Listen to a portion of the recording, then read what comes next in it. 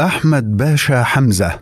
سياسي وطني ووزير وفدي بارز، كان نموذجا لرجال الأعمال الناجحين الذين تمسكوا بهويتهم وانحازوا لها، وأعطوا وطنهم عن حب وصدق، وعاشوا حياتهم متعففين عن استغلال السلطة والنفوذ، ضاربين المثل الناصع للنجاح الملتزم.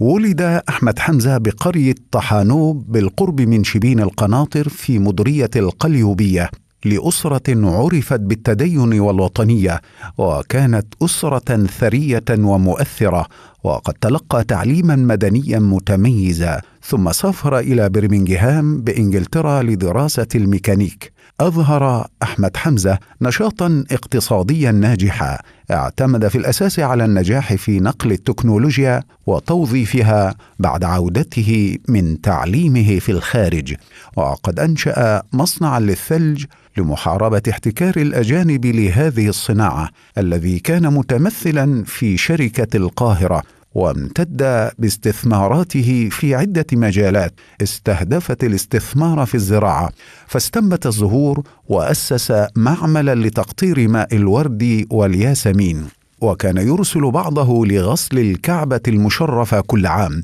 وفضلا عن هذا فإن أسرته كثيرا ما تروي بالصور التذكارية دوره في تزويد المسجد النبوي بالكهرباء، وتكريم الملوك والأمراء السعوديين له، وحفاوتهم به عند تأديته الحج والعمرة. كان أحمد حمزة باشا من الوزراء الذين عينوا في أثناء وزارة النحاس الخامسة في مايو 1942، حيث شغل وزارة التموين، ثم استمر وزيرا للتموين طيلة وزارة النحاس السادسة، وقد خلف في هذا المنصب مكرم عبيد باشا، فأثبت جدارة وتفوقا دفعت مكرم باشا نفسه إلى الإكثار من التعبير غير الواعي عن ضيقه من نجاحه، وفي أثناء عهده بوزارة الزراعة في تنفيذ خطط جادة لإعمار الصحاري ونشر المراعي، كما وضع سياسات مثلى لمقاومة الآفات.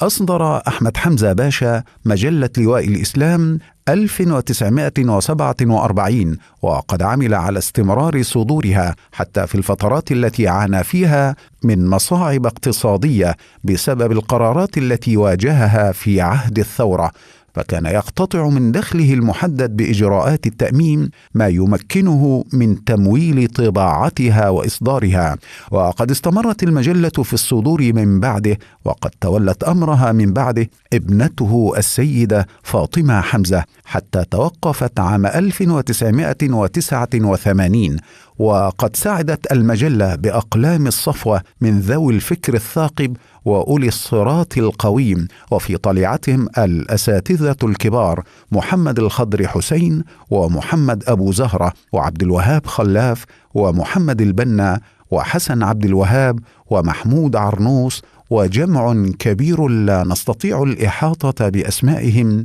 من هذا الطراز الرفيع. نال أحمد حمزة باشا الباشوية في عام 1951 مع مجموعة وزراء الوفد، وتعرض أحمد حمزة باشا لما تعرض له الوزراء الوفديون من الاضطهاد طيلة عهد 23 يوليو، وقد امتدت المضايقات إلى ثروته ومشاريعه، وكان واحدا ممن شملتهم قرارات العزل السياسي، وصدرت في حقه قرارات عدة، لكنه ظل ملتزما ومعتزا بانتمائه الوفدي وإخلاصه لوطنه، حتى توفي في عام 1977 ميلادية.